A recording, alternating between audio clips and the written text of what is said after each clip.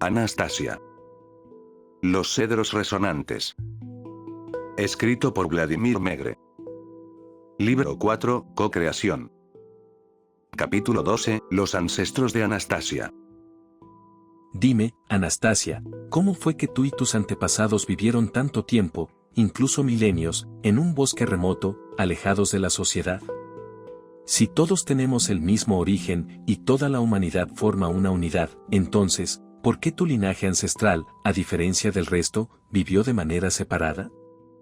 Tienes razón, Vladimir, todos tenemos un mismo origen, además de los padres que podemos ver. Pero cada alma humana tiene la libertad de elegir su propio camino, que la lleva a una meta determinada. Entre otras cosas, la elección depende de la manera en la que se nutren los sentimientos.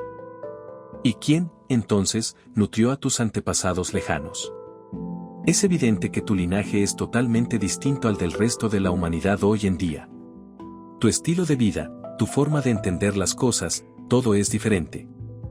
La mirada de Anastasia se perdió en la distancia, y comenzó a decir: Sucedió hace mucho tiempo, pero todavía parece que fue ayer.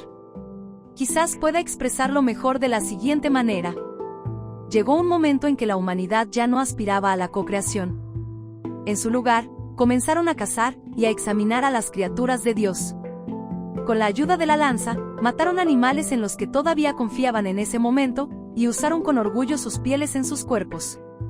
La conciencia de las personas se estaba transformando, dirigiéndolos al camino que los ha llevado a la actualidad. A partir de entonces, ya no usaron su mente creativamente, sino que buscaron conocimiento. De repente, la gente comenzó a analizar el proceso mediante el cual hombres y mujeres podían experimentar una enorme satisfacción al fusionar sus cuerpos. Entonces, por primera vez, los hombres comenzaron a poseer a las mujeres, y las mujeres se sometieron a los hombres, no para co-crear, no para tener hijos, sino para que ambos pudieran experimentar una sensación de satisfacción. Les parecía, al igual que como sucede hoy en día, que la satisfacción provenía de la fusión de los elementos masculino y femenino, de sus cuerpos visibles, de su carne. En la interacción del deseo carnal, no hay participación de los planos superiores del ser humano. Esos placeres físicos son pasajeros, y muy insignificantes, y para poder disfrutar lo más posible, los hombres comenzaron a cambiar de pareja sexual, y a inventar nuevos tipos de placer. Sin embargo, hasta la fecha, no han logrado encontrar una verdadera satisfacción de esa manera. La triste consecuencia de esos placeres carnales, de la búsqueda de la satisfacción física, ha sido su descendencia, sus hijos. Lamentablemente, esos niños carecían del esfuerzo consciente por realizar el sueño divino. Las mujeres comenzaron a dar a luz con dolor, y la vida se convirtió en una tortura para los niños en crecimiento. La ausencia de los 3 niveles del ser les impidió encontrar la felicidad. Y así ha sido hasta el día de hoy. Una de las primeras mujeres que dio a luz con dolor, notó que su hija recién nacida se había lastimado el pie durante el parto. La bebé quería llorar, pero no podía emitir sonido alguno debido a su debilidad. Además, la mujer vio que el hombre con el que había disfrutado de los placeres físicos, permanecía indiferente al parto, y ya buscaba complacerse con otra mujer. La joven madre luchó con su destino, y con Dios. Agarró a su hija y corrió con ella hacia lo profundo del bosque, lejos de todos, donde no había alma alguna. Desesperada, se detuvo para recuperar el aliento, se secó las lágrimas de las mejillas, y arrojó su ira contra Dios. ¿Por qué en tu mundo resplandeciente, en tu supuesto mundo hermoso, hay tanto dolor, maldad y miseria? No siento satisfacción ni alegría al contemplar el mundo de tu creación. Estoy totalmente agotada, y ardiendo de rabia. He sido decepcionada por todos. El hombre que anteriormente me amaba, se ha olvidado de mí. Ahora, él ama a otra. Tú creaste a ambos, ellos dos son tus creaciones. ¿Acaso no es así? Él me ha mentido, y me ha traicionado. ¿Y qué hay de mí? Solo quiero estrangular tus creaciones, ardo en cólera por su causa. Tu mundo se ha vuelto desolado y sin alegría para mí. ¿Por qué tuviste que hundirme en tal destino? ¿Y por qué tuve que dar a luz a esta niña deforme, y medio muerta? No quiero que la vean, no me produce alegría contemplarla. Con esas palabras, arrojó a su indefensa hija sobre la hierba. En su desesperación y rabia, clamó de nuevo a Dios. Que nadie vuelva a ver a mi hija. Solo tú, observa el tormento que están sufriendo tus criaturas. Debería morir. No quiero ni puedo amamantar a una niña así, mi resentimiento ha quemado toda mi leche materna. Me voy ahora, pero tienes que verlo todo. Mira cuánta imperfección hay en el mundo que has creado. Que esta niña muera, que muera en medio de tu creación. Enojada y desesperada, la madre huyó, dejando a su hija. La recién nacida enfermiza permaneció sola en la hierba, en medio del bosque. Esa niña abandonada era mi gran madre, Vladimir. Dios percibió la desesperación y la rabia que venían de la tierra. Sintió angustia y compasión por aquella mujer dolida. Pero el amoroso e invisible Padre no podía alterar su destino, porque él mismo le había otorgado un don valioso e inviolable. El don del libre albedrío. La mujer que corría desesperada llevaba una corona de libertad divina. Cada ser humano forja el destino de su propia alma. El plano material del ser no está sujeto a alguien más, está bajo el control absoluto del hombre mismo. Aquí la gente puede gobernar con completa libertad, sin depender de alguien más. Dios Padre es una persona. Está presente para todos, solo que no tiene un cuerpo de carne y hueso. Pero todas las energías cósmicas residen en él, y es por eso que conoce los sentimientos de las personas. Puede regocijarse y puede sentir angustia, y cuando uno de sus hijos elige un camino que conduce al sufrimiento, siente compasión y tristeza.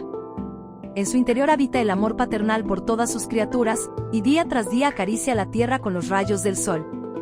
Nunca pierde la esperanza de que sus hijas e hijos tomen el camino divino, no por mandatos o por miedo, sino en completa libertad. Espera que por medio de su libre albedrío, sus hijos elijan el camino de la creación, de la regeneración, que disfruten del proceso creativo, y que se alegren al contemplar todo aquello que han creado. Cree en nosotros, nos espera, y a través de su poder, sustenta la vida en la tierra. Todos los sentimientos de las personas, son también los suyos. ¿Podría alguien imaginar lo que sintió Dios, nuestro Padre, cuando su hija recién nacida se quedó sola en el bosque, en medio de sus creaciones, cuando su hija moribunda, estaba en riesgo de sufrir una muerte dolorosa? La pequeña no lloró, ni siquiera emitió un sonido. El latido de su corazón se ralentizaba. De vez en cuando, sus labios buscaban el pecho de su madre, para beber la leche que le daba vida. Dios no tiene manos físicas, pudo ver todo, pero no pudo sostener a la niña contra su pecho. ¿Qué más puede dar alguien que ya lo ha dado todo? Pero entonces él, que puede llenar el universo entero con el poder de sus sueños, reunió su energía, y la concentró sobre ese bosque. Concentró su energía de amor, el amor que expresó hacia todas sus creaciones, y cumplió su voluntad a través de sus obras terrenales. Los labios de la niña recostada en la hierba, ya se estaban poniendo azules, cuando una gota de lluvia los rozó, y una cálida brisa la protegió del frío. El polen cayó de los árboles, mismo que fue inhalado por la pequeña niña. Llegó el día, llegó la noche, y ella seguía viva. Abrazados por la alegría divina, los animales del bosque adoptaron a la pequeña como a su propia cría. Pasaron algunos años, y la pequeña se convirtió en una mujer joven. Me gustaría llamarla Lilith. En el folclore judío, Lilith es un demonio femenino de la noche asociado con los búhos. En una leyenda hebrea más reciente, Lilith fue la primera esposa de Adán en la historia del Génesis, quien se negó a subordinarse a él y fue expulsada del paraíso para convertirse en una vagabunda malévola. En la cultura sumeria, la diosa o demonio Lila era representada como una mujer con alas rodeada de búhos. En sánscrito, el término lila significa juego divino y transmite la idea del deleite del creador al ver su creación en desarrollo. En gaélico antiguo, Lili es un lirio blanco como la nieve, y el nombre femenino gaélico Lili se asocia con la pureza, la castidad y la inocencia. Leila o Lilia es el nombre de la antigua diosa eslava del amor, el aspecto femenino de Dios creador, y en los antiguos mitos eslavos, es una diosa con alas en forma de búho, madre del dios Svarog, creador del universo. El antiguo verbo ruso Lilith, que en su forma moderna es leleyat, significa apreciar o amar. Mientras la joven caminaba sobre la brillante hierba, con los primeros rayos del sol de la mañana, toda la vida a su alrededor gritaba su nombre con alegría y alabanza. Lilith. Con su radiante sonrisa, abrazaba al mundo en sus pensamientos. Lilith aceptó todo lo que la rodeaba, como nosotros aceptaríamos a nuestra madre o a nuestro padre. A medida que crecía, se aventuraba cada vez más hacia el borde del bosque. Ocultándose silenciosamente entre los altos pastos y arbustos, vislumbraba a lo lejos seres parecidos a ella, y observaba en secreto sus actividades, lo cual le resultaba extraño. Se distanciaban cada vez más de las creaciones de Dios, edificaban casas para vivir, para cuya construcción habían talado el bosque circundante, y por alguna razón, se vestían con pieles de animales. Eran cazadores apasionados, se enorgullecían de matar a las criaturas de Dios, y era considerado como un héroe, aquel que conseguía matarlas rápidamente. Estaban muy orgullosos de su capacidad para crear cosas muertas. En aquel entonces, Lilith todavía no se daba cuenta de que las personas que creaban cosas muertas a partir de elementos vivos, eran consideradas sabias. Lilith anhelaba compartir con la humanidad todo aquello que podía traerles alegría. Deseaba crear junto a ellos, y contemplar sus obras con satisfacción. El deseo de dar vida a un nuevo ser divino, crecía cada vez más en su interior. Ya había un hombre en el que tenía puesta la mira. No era particularmente atractivo, y su reputación como cazador no era la mejor. Era más bien un tipo sencillo, en comparación con sus compañeros. A menudo se sentaba apartado, cantando en voz baja para sí mismo, o perdido en sus pensamientos. Un día, Lilith fue al asentamiento humano. En una cesta que ella misma había tejido, llevó regalos, todos frescos y naturales que provenían del bosque. Un grupo de hombres se encontraba frente a una cría de elefante sacrificada, discutiendo sobre ella. Su elegido también estaba ahí. Al ver a Lilith, los hombres guardaron silencio. Lilith era una joven de una belleza excepcional. No había tomado medidas para ocultar su hermosa figura esbelta, y desnuda como estaba, atraía las miradas lujuriosas de todos los presentes. La multitud corrió hacia ella con avidez.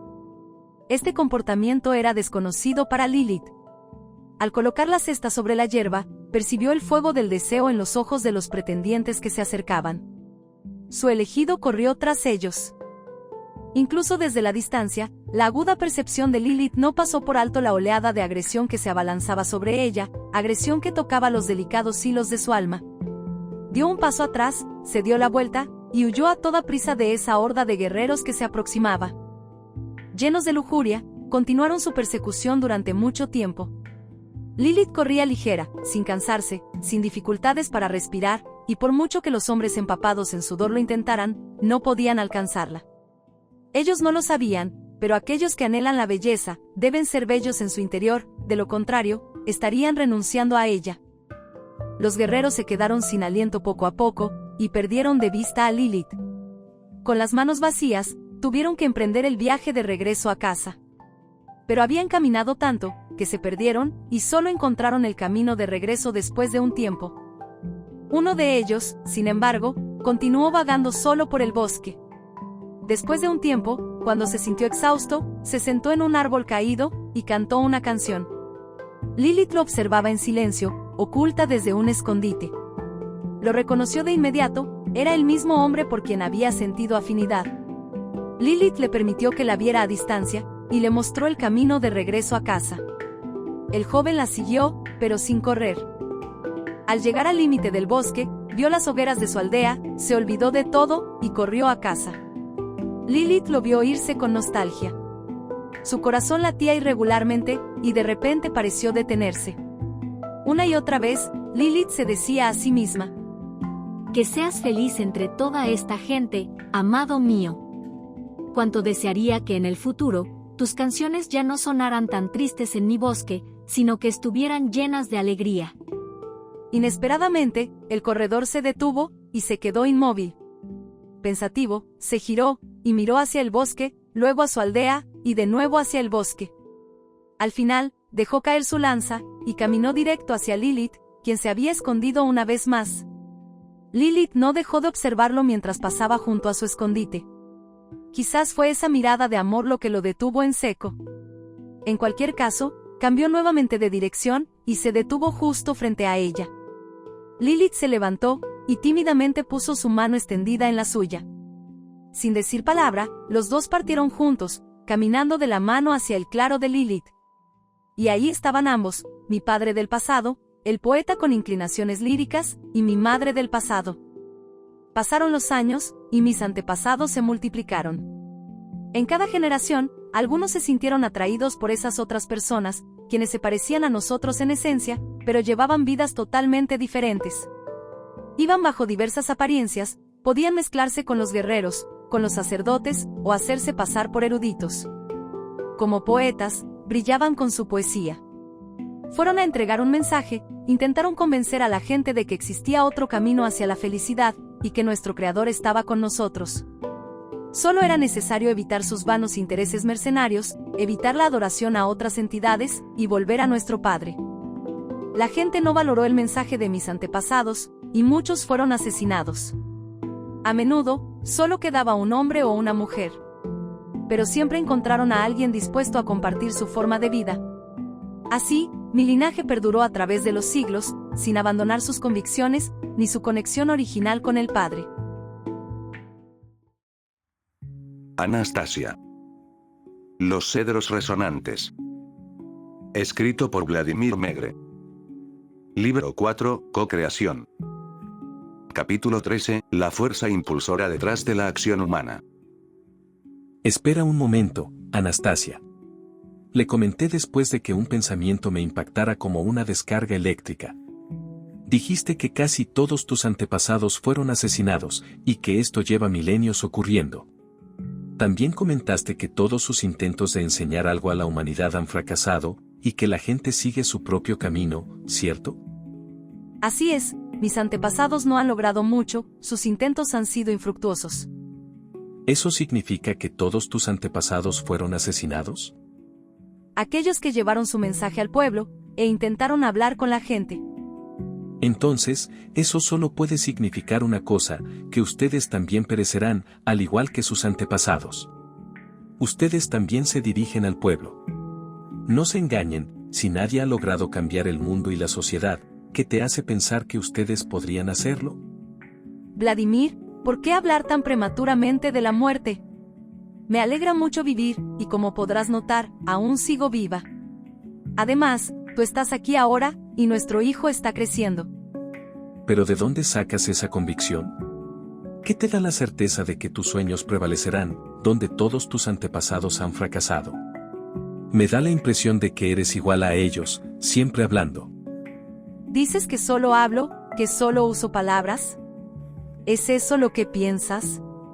En algún momento, deberías prestar más atención a las frases que utilizo. No uso palabras comunes para la mente. No contienen información que no existiera antes, pero la gente las lee, y muchos experimentan una conmoción interior. Todo esto se debe a la forma en la que las frases están construidas, de modo que las personas puedan captar el mensaje entre líneas. Con intuición poética, sus almas llenan los vacíos, lo que no está explícito en el texto. Y ahora, no soy yo quien les habla de la verdad divina, los lectores la están descubriendo por sí mismos. Cada vez hay más, y no se desviarán del camino del sueño divino. Mi misión aún no ha terminado, pero en muchas almas, el deseo del Creador ya se ha cumplido. Y eso es lo más importante. Si el alma ha fijado su mente en algo, en un sueño, entonces se hará realidad. Te lo aseguro. ¿Y por qué no se explicó todo esto antes en esos términos? No lo sé. Quizás el Creador mismo haya ideado una nueva forma de hablarnos, una manera que nos permite ver su mensaje a diario, pero a la que no prestamos suficiente atención. Tal vez la gente aún no comprende su significado, ni se pone a reflexionar en ello. Sea como sea, mis sentimientos no me engañan, son muy claros. El Creador está acelerando todas sus energías una vez más. Un nuevo comienzo, un nuevo amanecer es inminente para toda la tierra. Sus hijas e hijos terrenales vivirán vidas como lo concibieron originalmente las energías del sueño divino. Nosotros dos también formaremos parte de ese comienzo. Pero lo más importante son los lectores que saben leer entre líneas, los lectores que sienten los pensamientos que penetran el corazón, los lectores que escuchan la música del alma del Creador. Todo ya se ha cumplido. Incluso ahora, la gente se esfuerza y aspira a crear un nuevo mundo con sus pensamientos. Hablas en términos muy generales, Anastasia. ¿No podrías decir lo que específicamente debería hacer la gente para crear ese nuevo mundo feliz? Eso sería inútil, Vladimir.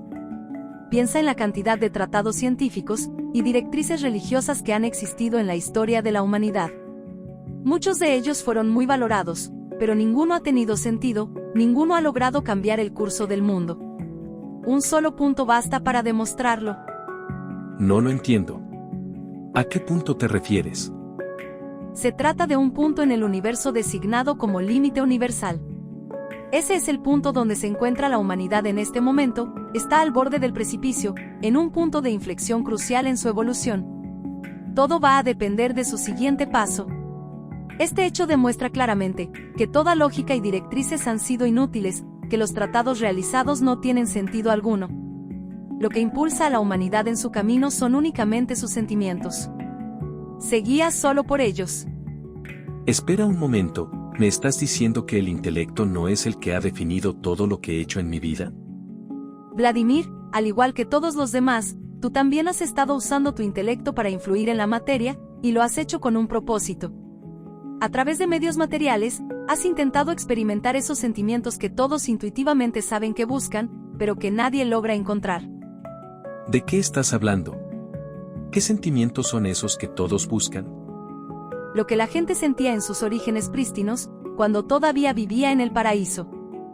En otras palabras, me estás diciendo que he estado usando mi intelecto, solo para intentar encontrar esas sensaciones prístinas, esos sentimientos que experimentamos cuando todavía vivíamos en el paraíso.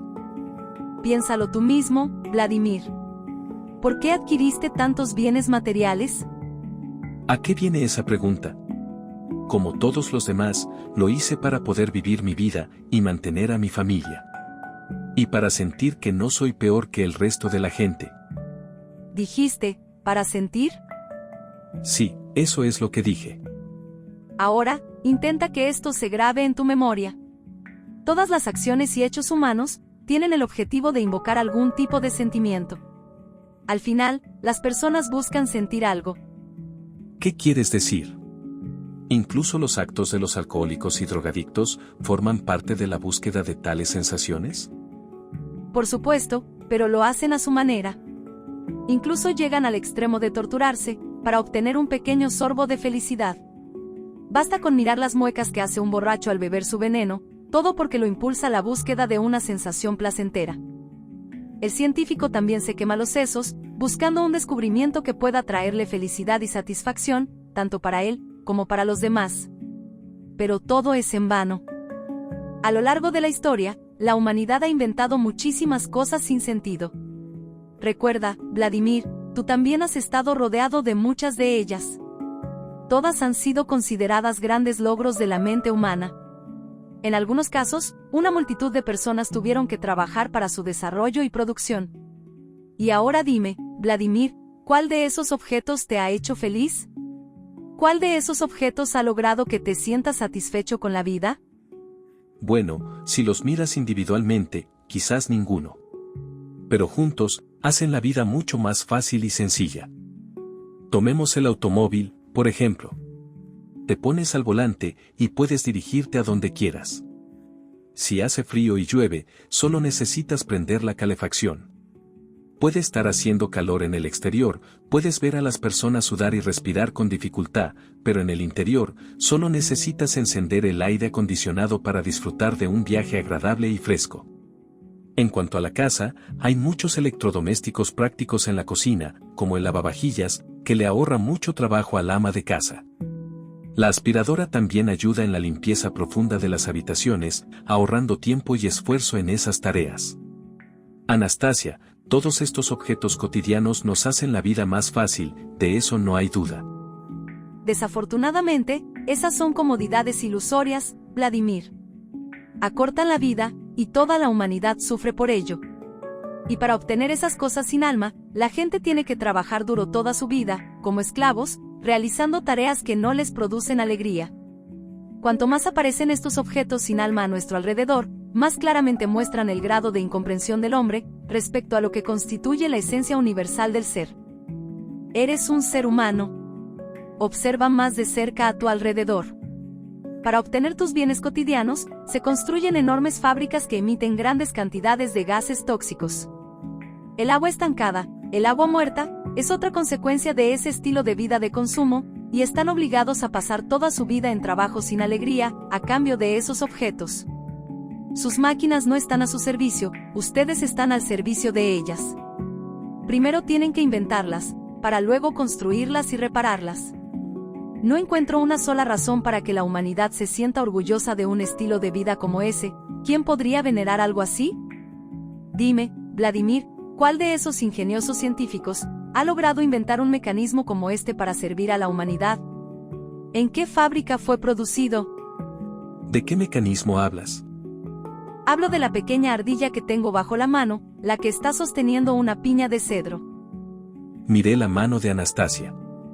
La sostenía extendida, con la palma hacia abajo, a medio metro de la hierba. Justo debajo de su mano, una pequeña ardilla rojiza estaba de pie sobre sus patas traseras. Estaba sosteniendo una piña de cedro. Su cara se movía constantemente, en momentos la astuta criatura estaba ocupada con la piña, para luego voltear a ver el rostro de Anastasia con sus brillantes ojos redondos. Anastasia sonrió, y observó a la ardilla sin moverse. Su mano permanecía suspendida sobre ella todo el tiempo. De repente, la ardilla colocó la piña en la hierba, y comenzó a trabajarla con sus patas delanteras para quitarle las escamas. Retorció y tiró, mordisqueó y arrancó, hasta que extrajo una nuez de cedro con sus garras. Enseguida se levantó, y se la ofreció a Anastasia, como pidiéndole que la tomara en su mano. Pero Anastasia seguía sentada, inmóvil en la hierba.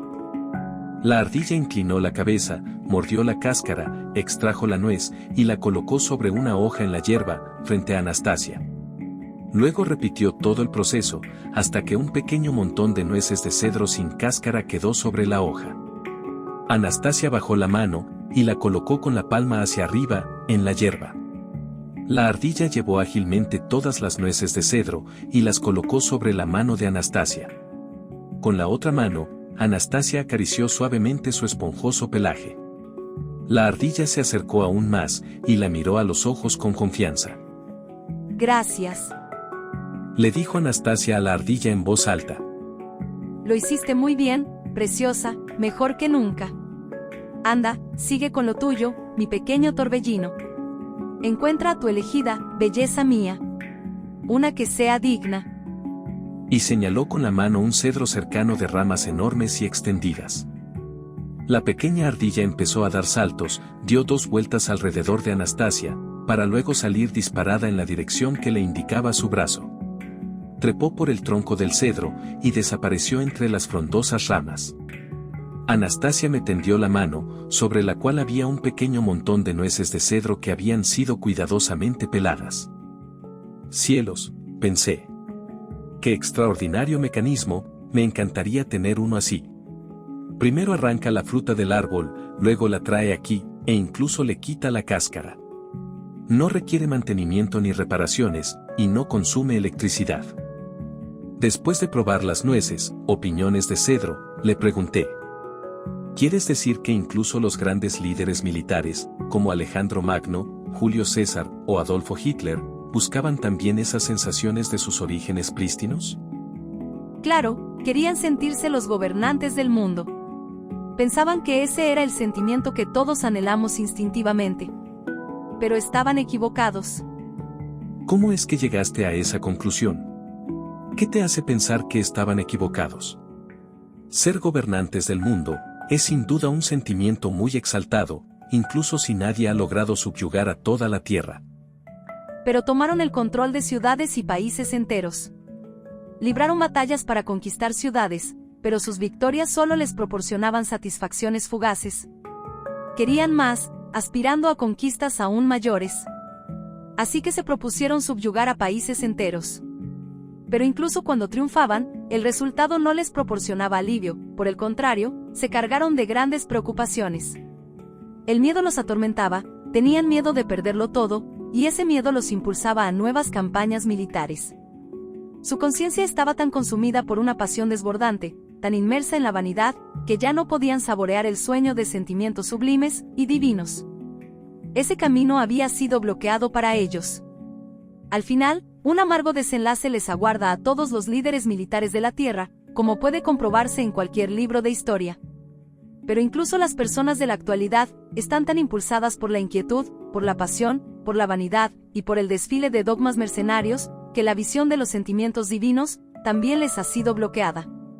No pueden distinguir el verdadero lugar donde pueden encontrarlas. Anastasia. Los cedros resonantes. Escrito por Vladimir Megre. Libro 4, Co-creación. Capítulo 14, Una comida de la taiga. Cada vez que visitaba a Anastasia en su claro de la taiga, llevaba provisiones. Algunas conservas, galletas y filetes de pescado envasados al vacío. Y cada vez que me preparaba para el viaje de regreso, encontraba mi comida intacta. Antes de regresar, Anastasia se aseguraba de colocar en mi mochila algunos regalos. Colocaba nueces de cedro, bayas frescas envueltas en hojas y setas secas. Los rusos estamos acostumbrados a comer setas, pero solo después de una preparación cuidadosa, ya sea cocidas, fritas, marinadas o encurtidas. Anastasia las come secas, al natural, sin ningún procesamiento. Al principio dudé en comer las setas secas de Anastasia, pero cuando las probé, no pasó nada. Una vez que un trozo de seta se ablanda con la saliva de la boca, se puede chupar como si fuera un caramelo o incluso tragarlo. Más tarde llegaron a gustarme y me acostumbré a ellas. Durante un viaje de Moscú a Helsinki, para una conferencia de lectores, estuve comiendo setas secas todo el día, las setas que me había regalado Anastasia. No tuve necesidad de comer algo adicional. Alexander Sontsev, director del Centro Anastasia de Moscú, iba al volante y también comió algunas. En la conferencia, hice que el resto se distribuyera entre la audiencia. La gente las probó sin dudarlo, y nadie se quejó de temas estomacales. De hecho, no recuerdo alguna ocasión, durante mis visitas a Anastasia, en la que nos sentáramos con el propósito específico de comer. Lo que Anastasia me ofrecía, lo probaba en el momento, y nunca sentía hambre. Pero ese día me deparaba una sorpresa sin precedentes. Supongo que estaba demasiado absorto, reflexionando sobre el significado de la oración de Anastasia, que no me di cuenta de que estaba preparando un verdadero festín, si es que se le podía llamar así. Había colocado hojas en el suelo, formando una especie de alfombra, y había extendido encima una variedad de exquisitos alimentos. El arreglo completo cubría poco más de 1 metro cuadrado. Todo estaba bellamente dispuesto: arándanos rojos, moras, frambuesas silvestres, grosellas negras y rojas, fresas, setas deshidratadas, una especie de pasta amarillenta, 3 pepinos pequeños y 2 tomates rojos medianos. También vi unos panes planos desconocidos, panales de abeja espolvoreados con polen de colores, varios manojos de hierbas decorados con pétalos de flores, y un líquido lechoso que reposaba en un pequeño cuenco de madera ahuecado. Siéntate, Vladimir, y prueba un poco del pan de cada día que Dios nos ha dado, dijo Anastasia con una sonrisa traviesa. Maravilloso, exclamé. Estaba totalmente atónito. Esto es extraordinario, y qué bien lo has arreglado todo, se ve hermoso. Como si fueras la anfitriona de un exquisito banquete. Anastasia estaba visiblemente complacida con el elogio, rebosaba de alegría. Luego estalló en carcajadas como una niña y admiró su mesa festiva durante un buen rato. De repente, alzó las manos con exasperación y exclamó: Vaya buena anfitriona que resulte ser, se me olvidaron por completo las especias. ¿Te gusta la comida picante, cierto? Sí, sí me gusta. No pensé en las especias, espera un momento, voy a corregir esta situación. Anastasia miró a su alrededor y corrió a un lugar donde arrancó algunas hojas de la hierba, luego hizo lo mismo en otro lugar. Enseguida metió la mano en unos arbustos y arrancó algo más. Al poco rato regresó y colocó un pequeño ramo de hierbas entre los pepinos y los tomates. Entonces me explicó: Estas son las especias, Vladimir. Pican mucho. Bueno, parece que estamos listos, ahora tenemos de todo. Prueba un poco de cada alimento. Tomé un pepino, y mientras observaba la variedad de comida de la taiga que se extendía ante mí, me dije: un poco de pan no estaría mal, es una lástima que no haya. También tenemos pan, respondió Anastasia de inmediato, dándome un pan de raíz. Esto es raíz de bardana. Lo he preparado para que te sirva de sustituto del sabroso pan, de las papas y de las zanahorias. No sabía que se podía comer raíz de bardana. No te preocupes. Antes se usaba para preparar muchos platillos sabrosos y saludables. Prueba solo un pequeño bocado primero. Lo he estado guardando en leche para ablandarlo. Estaba a punto de preguntarle por el origen de la leche, cuando tomé un pepino y lo mordí. Sin decir palabra, me lo acabé, incluso sin el pan de raíz de bardana que me había ofrecido Anastasia. Quedé asombrado. ¿Cómo era posible que ese pepino tan modesto tuviera un sabor tan diferente a todo lo que conocía? Ese pepino de la taiga tenía una fragancia agradable y única. Sin duda, la mayoría de la gente conoce la diferencia entre el sabor de un pepino de invernadero y uno del campo. Los nutrientes naturales del campo se reconocen tan solo por el aroma de los pepinos. Y aunque esos dos tipos de pepinos difieren en calidad, los pepinos de la taiga de Anastasia eran significativamente mejores que los que yo solía comer frescos del huerto. Lo mismo pasaba con los tomates. Solo quería probar un trozo, pero me comí un tomate entero. Al igual que sucedió con el pepino, el tomate era mucho más sabroso que cualquier otro tomate que hubiera comido antes. Ninguno de los dos necesitaba sal, crema agria o aceite vegetal para ensaladas. Eran deliciosos así, solos. Tal como sucede con las manzanas, el mango o las naranjas, creo que a nadie se le ocurriría colocar azúcar o sal en ellos. La verdura tenía un sabor afrutado único, que me hizo olvidar por completo las especias. ¿Dónde conseguiste estas verduras?, le pregunté a Anastasia. ¿Fuiste caminando hasta el pueblo? ¿Qué variedades hay? Las planté y las cultivé yo misma. ¿Te gustaron?, preguntó. Son únicas. Nunca había comido algo parecido. ¿Tienes un invernadero? ¿O un huerto? Seguro que has plantado un bancal cerca. ¿Qué herramientas utilizas? ¿Dónde consigues el fertilizante? ¿En el pueblo? Lo único que conseguí en el pueblo fueron las semillas, una mujer que conozco me las regaló. Preparé un lugar para plantarlas entre las hierbas, y crecieron. Sembré las semillas de tomate en otoño, asegurándome de que se mantuvieran calientes bajo la nieve durante el invierno. Empezaron a germinar en primavera. Los pepinos los sembré en primavera, así que todavía son pequeños. ¿Pero qué los hace tan sabrosos? ¿Acaso esta mujer del pueblo tiene semillas nuevas y especiales? Son semillas normales, las que solemos cultivar. Lo que las hace diferentes y especiales, es que esas plantas recibieron todo lo que necesitaban mientras crecían. En los huertos convencionales, se intenta evitar que las verduras entren en contacto con otras plantas, y cuando se cultivan artificialmente con fertilizantes, no tienen forma de seleccionar los nutrientes por sí mismas, para ofrecer lo mejor a las personas. ¿Y de dónde sacaste la leche? Pensé que rechazabas los alimentos de origen animal. Esa no es leche de origen animal, Vladimir. Es leche de cedro. ¿Leche de cedro? ¿Acaso un árbol puede dar leche? Sí, pero no todos los árboles pueden hacer eso, los cedros en particular, sí pueden. Pruébala, esta bebida es muy saludable, y no solo nutre el cuerpo. Pero no te la bebas toda de golpe, o te llenarás enseguida. Seguí el consejo de Anastasia, y solo bebí 3 sorbos de la leche de cedro. Era espesa, y tenía un sabor agradable, ligeramente dulce. Además, desprendía una calidez inusual, no como la leche de vaca caliente, no. Era una calidez muy suave, que se extendía desde dentro, y de alguna manera, hacía que mejorara mi estado de ánimo. Esta leche de cedro es increíble, Anastasia. Está deliciosa.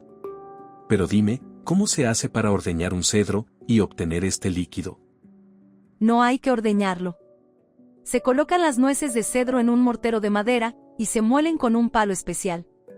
Es importante proceder con cuidado, con calma, y con buen ánimo. Luego se añade un poco de agua fresca del arroyo, agua viva, y se obtiene esta bebida. ¿Alguien más sabe que existe la leche de cedro? Mucha gente la conocía, e incluso hoy en día, algunos aldeanos de la taiga, siguen bebiendo leche de cedro. La gente de las ciudades prefiere una dieta totalmente diferente, menos saludable, pero más adecuada para la conservación, el transporte y la preparación rápida. Tienes toda la razón. En la ciudad, todo tiene que hacerse muy rápido. Pero este cedro es un árbol milagroso. Nos proporciona muchos alimentos. Nueces o piñones, aceite, harina para hacer pan plano, y leche. Y eso no es todo, hay muchas otras cosas inusuales que el cedro puede proporcionar. ¿Qué otras cosas, por ejemplo? El aceite esencial de cedro, sin aditivos, produce un perfume magnífico, con extraordinarias propiedades curativas. Nada artificial puede compararse con su fragancia. Los éteres del cedro representan el espíritu del universo, transmiten su poder espiritual a las personas. También actúa como aceite curativo, además de repeler y proteger de influencias negativas a la gente. ¿Podrías decirme cómo extraer el perfume del cedro? Por supuesto, Vladimir, pero primero come algo, por favor. Estaba a punto de agarrar el segundo tomate, cuando Anastasia me detuvo. Espera, Vladimir, así no. ¿Qué quieres decir? ¿Estoy haciendo algo mal? Te preparé platillos diferentes, para que puedas probar un poco de todo. Porque solo así tienen la oportunidad de curarte. ¿A qué te refieres? ¿Qué es lo que podría curarme? Tu propio cuerpo. Si pruebas todos los alimentos, tu cuerpo seleccionará las sustancias que necesita, y en automático, sentirás ganas de comer un poco más, de aquello que tu cuerpo requiere con mayor prioridad. Vaya, pensé que se estaba desviando por primera vez de sus propios principios. Anastasia ya había intentado curarme en 2 ocasiones de dolencias internas que tenía. Ni siquiera sé exactamente lo que eran, quizás algo del estómago, del hígado, o los riñones. Tal vez tenía problemas en todos esos órganos a la vez. En cualquier caso, a menudo tenía fuertes dolores abdominales, y ni siquiera los analgésicos me ayudaban. Pero sabía que en el momento en que fuera a ver a Anastasia, me curaría, y rápido. Lo hizo 2 veces. Sin embargo, cuando fui a verla por tercera vez, mi dolor continuaba, no utilizó su mirada sanadora para curarme, se negó a seguir aliviando mis malestares. Me explicó que primero tenía que cambiar mi estilo de vida, y dejar todo aquello que me hacía daño, todo aquello que me causaba la enfermedad, de lo contrario, no tenía sentido alguno curarme, ya que el tratamiento, en realidad, solo me haría más daño. Estaba bastante enojado con ella, y no le había pedido tratamiento desde entonces. Tras volver a casa, intenté reducir el consumo de cigarrillos y de alcohol. Incluso ayuné unos días, eso me ayudó. Fue entonces cuando lo comprendí. No tenemos que salir corriendo al médico o al curandero cada vez que nos sentimos mal. Podemos hacer algo nosotros mismos para curarnos. Claro que lo mejor sería no enfermar en absoluto, pero para ello es necesario eliminar el problema de raíz, eliminar todo aquello que alimenta la enfermedad. No logré curarme del todo, pero tampoco quería recurrir a Anastasia con mi dolor y pedirle ayuda. Ahora, sin embargo, ella parecía ofrecer su ayuda con naturalidad. Vaya, dije asombrado. Y yo que pensaba que ya no querías curarme, que ya ni siquiera aliviarías mi dolor. Ya no te quitaré el dolor, Vladimir. El dolor es una conversación entre Dios y el ser humano. Solo te estoy ofreciendo comida, eso no contradice el orden natural, aunque va en contra del orden establecido en tu sociedad. ¿A qué te refieres? ¿De qué orden hablas? De aquellos que formularon el régimen alimenticio en detrimento de la humanidad. Ese programa alimenticio que tanto daño le ha causado a la gente. ¿A qué programa te refieres? ¿Y cómo es que nos hace daño? Me refiero a tu forma de comer, Vladimir. Y al hecho de que al igual que tú, la mayoría de la gente ha sido programada, y se ajusta a un régimen alimenticio muy perjudicial. Bueno, sin duda habrá personas que sigan algún tipo de régimen, hay muchas dietas para adelgazar o para ganar peso. En cuanto a mí, me alimento de lo que quiero, nunca he hecho dieta, y cuando voy a la tienda, compro lo que me gusta. En efecto, vas a una tienda y eliges, pero tu elección está limitada a lo que ofrece la tienda. Claro, pero la selección es enorme. Y como hay tanta competencia entre los fabricantes, constantemente se están esforzando por complacer al consumidor, todo lo hacen enfocados en la comodidad de sus clientes. La gran mayoría de los productos están envasados higiénicamente. Entonces, ¿quieres decir que todo se hace para la satisfacción del cliente? Claro, ¿con qué otro propósito lo harían? Todos los sistemas bajo un estilo de vida tecnocrático, invariablemente trabajan para sí mismos, Vladimir. ¿O acaso disfrutas consumiendo comida sin vida, comida congelada y enlatada? ¿Y qué me dices del agua? ¿Disfrutas del agua medio muerta? ¿Acaso elegiste tú mismo la gama de productos que se ofrecen en las tiendas? ¿En realidad crees que le hacen bien a tu cuerpo? El mundo tecnocrático se ha encargado de proporcionarte todo aquello que crees necesitar. Son ellos los que se han adjudicado el rol de proveedores, y no solo lo has aceptado, sino que te has entregado por completo a ese sistema. Ya ni siquiera lo cuestionas, crees ciegamente en él. Te limitas a pensar que en realidad te están ofreciendo lo que necesitas. Pero seguimos vivos, no nos morimos por consumir los productos que compramos en esas tiendas. Claro que sigues vivo. Pero el dolor. ¿De dónde crees que viene tu dolor? ¿Y de dónde crees que viene el dolor de la mayoría de las personas? La enfermedad y el dolor no son naturales para el ser humano, son el efecto de elegir el camino equivocado en la vida, son el resultado de una vida disoluta. Ahora podrás verlo por ti mismo, espero sea suficiente como para que cambie tu manera de pensar con relación a la comida. Lo que tienes ante ti es solo una pequeña muestra de lo que la naturaleza divina ha creado para el ser humano. Prueba un poco de todo, y llévate lo que te guste como provisiones para tu viaje. En solo 3 días, estas modestas hierbas curarán tus dolencias. Mientras Anastasia hablaba, probé un poco de todo. Algunos grupos de hierbas no tenían sabor, mientras que de otros, me apetecía comer más. Antes de irme, Anastasia metió en mi mochila aquello que me había gustado. Lo comí durante 3 días. Después de eso, el dolor desapareció por completo.